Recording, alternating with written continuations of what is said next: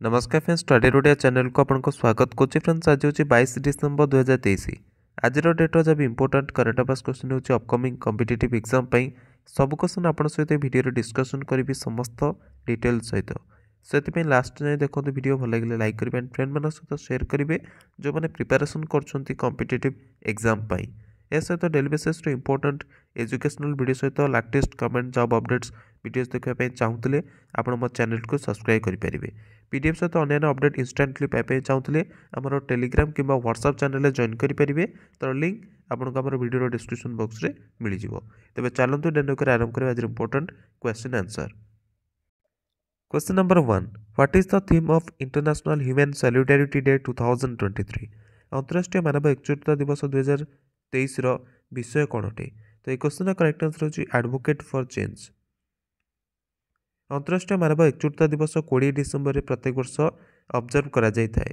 तेबे केउठरे कौन पे ऑब्जर्व करा जाउछि ना 22 डिसेम्बर 2005 रे संयुक्त राष्ट्र महासभा जे कि संकल्प 60/209 द्वारा एकजुटता को से मौलिक एवं सार्वभौमिक मूल्य मान गोटे रूप में चिन्हट करते जे कि 21st सेंचुरी लोक मध्य संबंधर आधार होगा दरकार एवं से संबंध प्रत्येक वर्ष 20 डिसेम्बर को अंतरराष्ट्रीय मानव एकजुटता दिवस रूप में पालन करने घोषणा करने निष्पत्ति नि जाइथिला।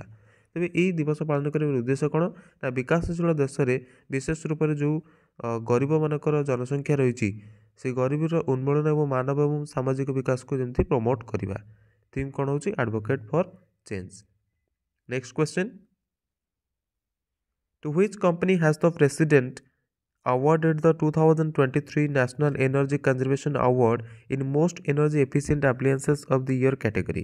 तेज राष्ट्रपति क्यों कंपनी को वर्षर सर्वाधिक शक्ति कौशल उपकरण श्रेणी 2023 राष्ट्रीय शक्ति संरक्षण पुरस्कार प्रदान कले? तेज क्वेश्चन करेक्ट आंसर होची Crompton Graves.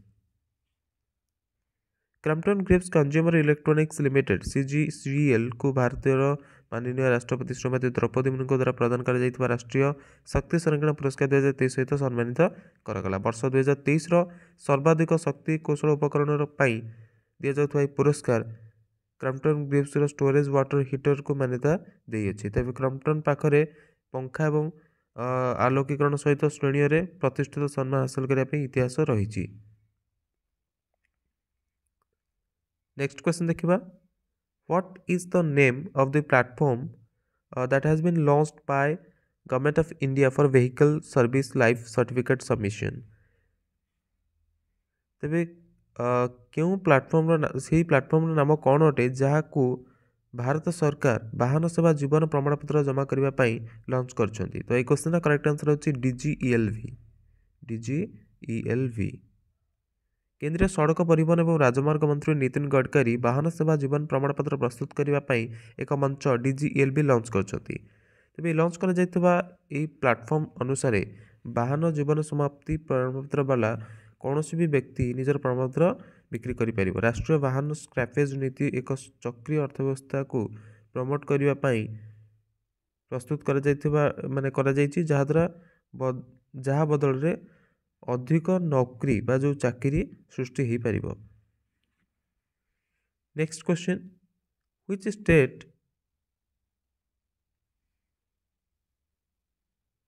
has won the 75th interzonal badminton championship 2023 in women's doubles event? निम्नलिखित मानक क्यों राज्य महिला जुगल इवेंट रे 75तम इंटर-जोनल बैडमिंटन चैंपियनशिप 2023 जीतला? तो ये क्वेश्चन करेक्ट आंसर होची महाराष्ट्र। 75तम इंटर-जोनल बैडमिंटन चैंपियनशिप 2023 गुवाहाटी होता। तेज जो महाराष्ट्र एवं एयरपोर्ट अथॉरिटी ऑफ इंडिया क्रमशः महिला और पुरुष डबल्स इवेंट रे शीर्ष सम्मान हासिल कले। तेबे यह 4 वर्ष पर आसाम रे आयोजित भारतीय बैडमिंटन संघ एक प्रमुख आयोजन थिला। तेबे एआई बा airport authority of India team प्रमुख टीम इवेंट रे कर्नाटक को 3-0 हरैकी विजयी होता। महाराष्ट्र महिला टीम उत्कृष्ट टीम वर्क एवं व्यक्तिगत प्रदर्शन प्रदर्शित करने सहित एआई टीम को एगेंस्ट 3-0 जीत हासिल करथिला। नेक्स्ट क्वेश्चन देखिबा, who took over as the chairman cum managing director of Mahanadi coalfield limited? Mahanadi coalfields ଲିମିଟେଡର ଅଧ୍ୟକ୍ଷ ସହ ପ୍ରବନ୍ଧ ନିର୍ଦ୍ଦେଶକ ରୂପରେ କିଏ ପଦଭାର ସମ୍ଭାଳିଲେ? ଏ କ୍ୱେଶ୍ଚିନ୍ର କରେକ୍ଟ ଆନ୍ସର ହେଉଛି ଉଦୟ ଏ କାଓଲେ। ଉଦୟ ଏ କାଓଲେ କୋଲ୍ ଇଣ୍ଡିଆର ସହାୟକ କମ୍ପାନୀ ମହାନଦୀ କୋଲଫିଲ୍ଡସ୍ ଲିମିଟେଡ୍ MCLର ଅଧ୍ୟକ୍ଷ ସହ ପ୍ରବନ୍ଧ ନିର୍ଦ୍ଦେଶକ ରୂପରେ ପଦଭାର ସମ୍ଭାଳିଲେ। ଏହି ଭୂମିକା ପୂର୍ବରୁ କାଓଲେ ଭାରତ କୋକିଂ କୋଲ୍ ଲିମିଟେଡ୍ BCCLର ନିର୍ଦ୍ଦେଶକ ଟେକ୍ନୋଲୋଜିର ନିର୍ଦ୍ଦେଶକ ରୂପରେ କାର୍ଯ୍ୟ କରିଥିଲେ। କାଓଲେ ଏହି ପଦରେ କୋଇଲା ଖନନ କ୍ଷେତ୍ରରେ 36 ବର୍ଷର ଅଧିକର ବ୍ୟାପକ ଟେକ୍ନୋଲୋଜି ଏବଂ ପ୍ରଶାସନିକ ଅନୁଭବ ନେଇକି ଆସିଛନ୍ତି। ତାଙ୍କ ପାଖରେ ଭୂମିଗତ ଏବଂ ଖୋଲା ଖଣିରେ କାମ କରିବାର ଅନୁଭବ ମଧ୍ୟ ରହିଛି। କାଓଲେ 1987ରେ ଜୁନିୟର ଇଞ୍ଜିନିୟରିଂ ଟ୍ରେନିଂ ରୂପରେ କୋଲ୍ ଇଣ୍ଡିଆର ସହିତ ନିଜର କ୍ୟାରିୟର ଆରମ୍ଭ କରିଥିଲେ ଏବଂ ୱେଷ୍ଟର୍ଣ୍ଣ କୋଲଫିଲ୍ଡସ୍ ଲିମିଟେଡ୍ WCL ସହିତ ସାଉଥ ଇଷ୍ଟର୍ଣ୍ଣ କୋଲଫିଲ୍ଡସ୍ ଲିମିଟେଡ୍ SECLରେ ମଧ୍ୟ ପ୍ରମୁଖ ପଦରେ ରହିଛନ୍ତି। ନେକ୍ସଟ କ୍ୱେଶ୍ଚନ୍ ଦେଖିବା। Who has been appointed as director of national high speed rail corporation limited? National high speed rail corporation ଲିମିଟେଡ୍ର ନିର୍ଦ୍ଦେଶକ ରୂପରେ କାହାକୁ ନିଯୁକ୍ତ କରାଗଲା? ଏ କ୍ୱେଶ୍ଚନ୍ର କରେକ୍ଟ ଆନ୍ସର ହେଉଛି ପ୍ରମୋଦ ଶର୍ମା। କ୍ୟାବିନେଟ୍ର ନିଯୁକ୍ତି ସମିତି ଯିଏକି ପ୍ରମୋଦ ଶର୍ମାଙ୍କୁ ନ୍ୟାସନାଲ ହାଇସ୍ପିଡ୍ ରେଲ୍ କର୍ପୋରେସନ୍ ଲିମିଟେଡ୍ର ନିର୍ଦ୍ଦେଶକ ରୂପରେ ନିଯୁକ୍ତ କରିଛନ୍ତି। କାର୍ମିକ ଏବଂ ପ୍ରଶିକ୍ଷଣ ବିଭାଗ DOPTର ଆଧାର ଉପରେ ଶର୍ମାଙ୍କୁ 60 ବର୍ଷର ବୟସ ପର୍ଯ୍ୟନ୍ତ ପହଞ୍ଚିବା ଅଥବା ଆଗାମୀ ସୂଚନା ପର୍ଯ୍ୟନ୍ତ ନିଯୁକ୍ତିର ମଞ୍ଜୁରୀ ଦିଆଯାଇଅଛି। ଏହି ନିଯୁକ୍ତି ବୟସ ସମ୍ବନ୍ଧୀୟ ସର୍ତ୍ତରେ ଛୁଟ ସହିତ ପ୍ରତିନିଯୁକ୍ତିର ଆଧାର ଉପରେ ହେବ। ତେବେ 1999 ବ୍ୟାଚ୍ର institution of railway signal engineers IRSC ଅଧିକାରୀ ଶର୍ମା ବର୍ତ୍ତମାନରେ NHRSCLର ପ୍ରଧାନ କାର୍ଯ୍ୟକାରୀ ନିର୍ଦ୍ଦେଶକ ଅଛନ୍ତି। ନେକ୍ସଟ କ୍ୱେଶ୍ଚନ୍ ଦେଖିବା। Campaign Saans has been launched by which state government? ନିକଟରେ କ୍ୟାମ୍ପେନ୍ ଯାହାର ନାମ ହେଉଛି ସାନ୍ସ କେଉଁ ରାଜ୍ୟ ସରକାରଙ୍କ ଦ୍ୱାରା ଲଞ୍ଚ କରାଯାଇଛି? ତ ଏହି କ୍ୱେଶ୍ଚନ୍ର କରେକ୍ଟ ଆନ୍ସର ହେଉଛି ମଣିପୁର। ମଣିପୁର ରାଜ୍ୟ ସ୍ୱାସ୍ଥ୍ୟ ଏବଂ ପରିବାର କଲ୍ୟାଣ ମନ୍ତ୍ରୀ ନିମୋନିଆକୁ ସଫଳତାପୂର୍ବକ ବେଅସର କରିବା ପାଇଁ ସାମାଜିକ ଜାଗରୂକତା ଏବଂ କାର୍ଯ୍ୟଭାର ଯାହାର ନାମ ହେଉଛି ସାନ୍ସ ଅଭିଯାନ 2023-24ର ଉଦ୍ଘାଟନ କରିଛନ୍ତି। ତେବେ ଏହି ଅଭିଯାନ ନିମୋନିଆର ରୋକଥାମ ଯୋଗ୍ୟ ଏବଂ ଉପଚାର ଯୋଗ୍ୟ ରୋଗ ସହିତ ଲଢ଼ିବା ଉପରେ ଧ୍ୟାନ କେନ୍ଦ୍ରିତ କରିବା ସହିତ ଇମ୍ଫାଲରେ ଆରମ୍ଭ କରାଯାଇଥିଲା। ତେବେ ସାନ୍ସ ଅଭିଯାନର ଶୁଭାରମ୍ଭ ସାର୍ବଜନିକ ସ୍ୱାସ୍ଥ୍ୟ ଇନିସିଏଟିଭ୍ ଏବଂ ନିମୋନିଆ ଭଳି ସାଧାରଣ ରୋଗ ଯେମିତିକି ରୋକାଯାଇପାରିବ ସେଥିପାଇଁ ମଣିପୁରର ପ୍ରତିବଦ୍ଧତାକୁ ରେଖାଙ୍କିତ ବର୍ତ୍ତମାନ କରୁଅଛି। ନେକ୍ସଟ କ୍ୱେଶ୍ଚନ୍ ଦେଖିବା। Based on the work of how many languages will the Sahitya Akademi award 2023 be conferred with? କେତୋଟି ଭାଷାରେ କାମ ଯେଉଁ କରାଯାଉଛି ତାର ଆଧାର ଉପରେ ସାହିତ୍ୟ ଏକାଡେମୀ ପୁରସ୍କାର 2023 ପ୍ରଦାନ କରାଯିବ? ତ ଏହି କ୍ୱେଶ୍ଚନ୍ର କରେକ୍ଟ ଆନ୍ସର ହେଉଛି 24ଟି। ତେବେ ସାହିତ୍ୟ ଏକାଡେମୀ ଯିଏକି 24 ଭାଷାର କୃତିକୁ ସମ୍ମାନିତ କରିବା ସହିତ ନିଜର ବାର୍ଷିକ ସାହିତ୍ୟ ଏକାଡେମୀ ପୁରସ୍କାର 2023ର ଘୋଷଣା କରିଅଛି। ତେବେ ଏହି ପୁରସ୍କାର ବିଭିନ୍ନ ବିଧି ସାମିଲ କରେ ଯେମିତି କବିତା ପୁସ୍ତକ, 6ଟି ଉପନ୍ୟାସ, 5ଟି ଲଘୁ କାହାଣୀ ସଂଗ୍ରହ, 3ଟି ନିବନ୍ଧ ଏବଂ ଏକ ସାହିତ୍ୟିକ ଅଧ୍ୟୟନକୁ ମଧ୍ୟ ମାନ୍ୟତା ମିଳିଛି 2023 ପାଇଁ। ତାମିଲ ଲେଖକ ରାଜଶେଖରନଙ୍କୁ ତାଙ୍କର ଉପନ୍ୟାସ ନିଖୋଜି ପଦୁମ ପାଇଁ ନାମିତ ସିଲେକ୍ଟ କରାଯାଇଛି। ସେମିତି ତେଲୁଗୁ ଲେଖକ ପତଞ୍ଜଳି ଶାସ୍ତ୍ରୀଙ୍କୁ ତାଙ୍କର ଲଘୁ କାହାଣୀ ସଂଗ୍ରହ ପାଇଁ ମଧ୍ୟ ନାମିତ କରାଯାଇଛି। ମାଲୟାଲମ ସାହିତ୍ୟକାର EV ରାମକୃଷ୍ଣନଙ୍କୁ ତାଙ୍କର ସାହିତ୍ୟିକ ଅଧ୍ୟୟନ ମଲୟାଲା ନବିଲେନ୍ଟେ ଦେଶକାଳଙ୍କ ପାଇଁ ମଧ୍ୟ ନାମିତ କରାଯାଇଛି। ସେମିତି କବି ବିଜୟ ଶର୍ମା, ବିନୋଦ ଯୋଶୀ, ଆଶୁତୋଷ ପରିଡ଼ାଙ୍କୁ ମଧ୍ୟ ଡୋଗ୍ରୀ, ଗୁଜରାଟୀ ଏବଂ ଓଡ଼ିଆରେ ତାଙ୍କର ସମ୍ବନ୍ଧିତ କାର୍ଯ୍ୟ ପାଇଁ ସମ୍ମାନିତ କରାଯିବ। ସେପରି ଲଘୁକଥା ପାଇଁ ମାନ୍ୟତାପ୍ରାପ୍ତ ଲେଖକମାନଙ୍କ ମଧ୍ୟରେ କ୍ରମଶଃ ଆସାମୀ, ବୋଡୋ, ସାନ୍ତାଳୀ ଏବଂ ତାଙ୍କର ଯୋଗଦାନ ପାଇଁ ପ୍ରାଣଜ୍ୟୋତି ଡେକା, ନନ୍ଦେଶ୍ୱର ଦୈମାରୀ ଆଣ୍ଡ ତାରାସିନ ବାସ୍କି ମଧ୍ୟ ସାମିଲ ଅଟନ୍ତି।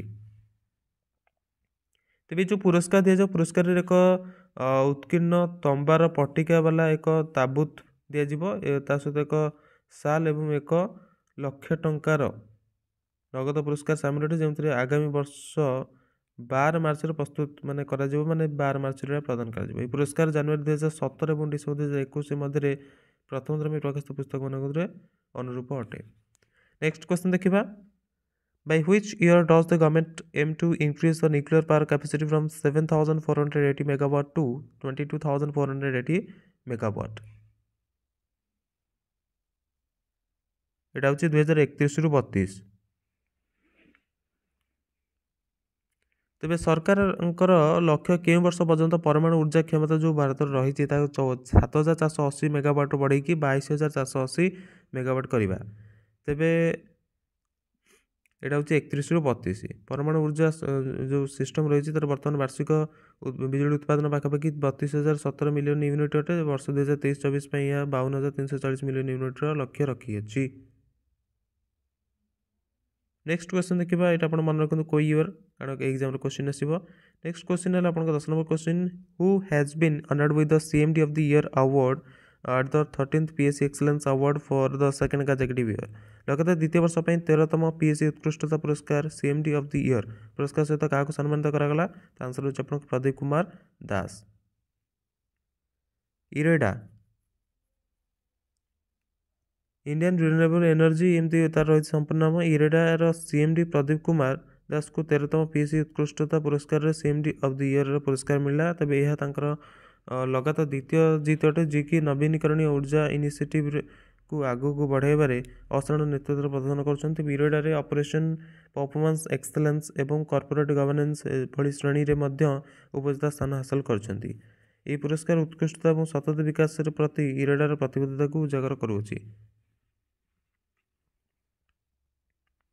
Next question who inaugurated the international Gita festival in Kurukshetra Haryana 2023।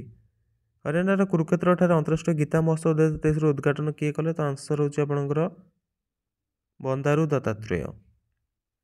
हरियाणार कुरुक्षेत्र अंतरराष्ट्रीय गीता महोत्सव आरंभ होती। तेज हरियाणार राज्यपाल बंदारू दत्तात्रेय अंतरराष्ट्रीय गीता महोत्सव उद्घाटन कर जार आरंभ सरस एवं शिल्प मेलू होता। तेज जो 24 राज्यर सांस्कृतिक समृद्धि प्रदर्शित कर। राज्यपाल उत्सवर ऐतिहासिक महत्व भगवद गीता और भगवान कृष्णकर शिक्षा पर प्रकाश पकड़ते। यह वर्ष यह उत्सव 7 ରୁ 24 डिसेम्बर पर्यटन चलो जो आसाम पार्टनर रही। सो फ्रेंड्स ये आज किसी इंपोर्टेंट क्वेश्चंस। आई होप आपको वीडियो भल लगी जो भल लगे लाइक करेंगे फ्रेंड मान सहित शेयर करेंगे अधिक मात्रा। जब अन्य कौन टॉपिक पर वीडियो चाहते कमेंट कर निश्चित भाव जनइबे। Thanks for watching. Best of luck for your upcoming competitive exams. Take care of yourself and your family.